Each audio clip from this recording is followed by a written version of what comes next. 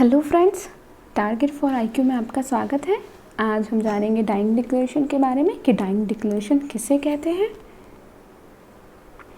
Dying declaration यह term Indian Evidence Act में define नहीं किया गया है। So on the basis of the section 32 subsection 1 a dying declaration can be defined as a statement और statements made by a person who is dead as to cause of his death or as to any of the circumstances of the transaction which resulted in his death। यानी dying declaration क्या है? एक statement है या statements हैं जो कि एक ऐसे पर्सन जिसकी डेथ हो चुकी है उसके द्वारा बनाए गए हैं। किसके बारे में? उसकी डेथ के कारण के बारे में या उस ट्रांजैक्शन की सर्कमस्टांसेस के बारे में जिसके फलस्वरूप उसकी डेथ हुई है। इन शॉर्ट, डाइंग डिक्लेरेशन एक स्टेटमेंट है या स्टेटमेंट्स हैं डेड पर्सन के उसकी डेथ के कॉज के बारे में। ये स्टेटमेंट इन राइटिंग भी हो सकते हैं, वर्बल भी हो सकते हैं यानी लिखित भी हो सकते हैं और मौखिक भी हो सकते हैं। लेकिन इस सेक्शन की स्ट्रिक्ट इंटरप्रिटेशन साइंस और जेस्चर्स को एक्सक्लूड करती है, लेकिन कोर्ट ने इसे स्ट्रिक्टली इंटरप्रेट नहीं किया है।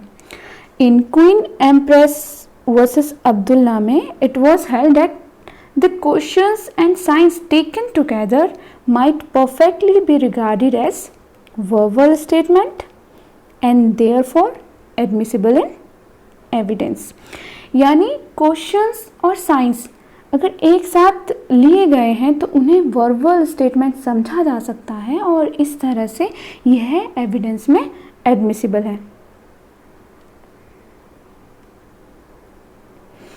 अब when such statements are relevant, तो ऐसे स्टेटमेंट्स रेलेवेंट हैं in cases in which the cause of that person's death comes into question.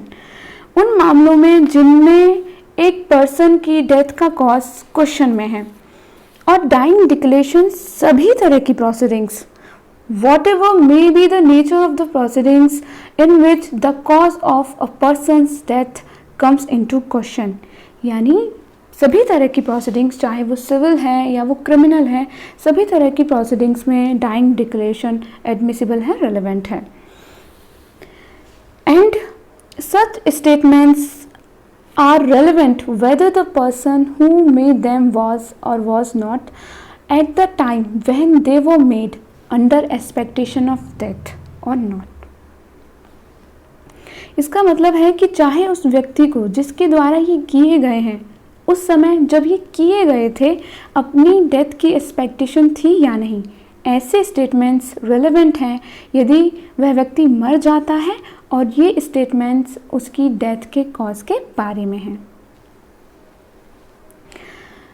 जब किसी इंजर्ड पर्सन की स्टेटमेंट इस एक्सपेक्टेशन के साथ रिकॉर्ड की जाती है कि उसकी डेथ हो जाएगी लेकिन वो सरवाइव करता है, इस स्थिति में उसके स्टेटमेंट्स डाइंग डिक्लेरेशन की तरह यूज़ नहीं किए जा सकते। उन स्टेटमेंट्स को या तो कॉरोबोरेशन के लिए अंडर सेक्शन 157 या फिर कंट्राडिक्शन के लिए अंडर सेक्शन 145 में यूज़ किया जा सकता है जब वह injured person as a witness appear होता है।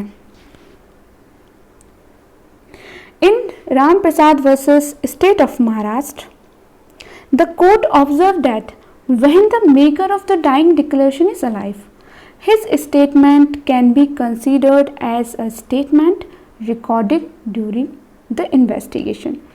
इसका मतलब है कि जब एक व्यक्ति जिसके स्टेटमेंट इस एक्सपेक्टेशन के साथ रिकॉर्ड किए जाते हैं कि वो मर जाएगा लेकिन वो जिंदा होता है, मरा नहीं होता है, तो उसके स्टेटमेंट्स को इन्वेस्टिगेशन के दौरान रिकॉर्ड किए गए स्टेटमेंट समझा जाएगा।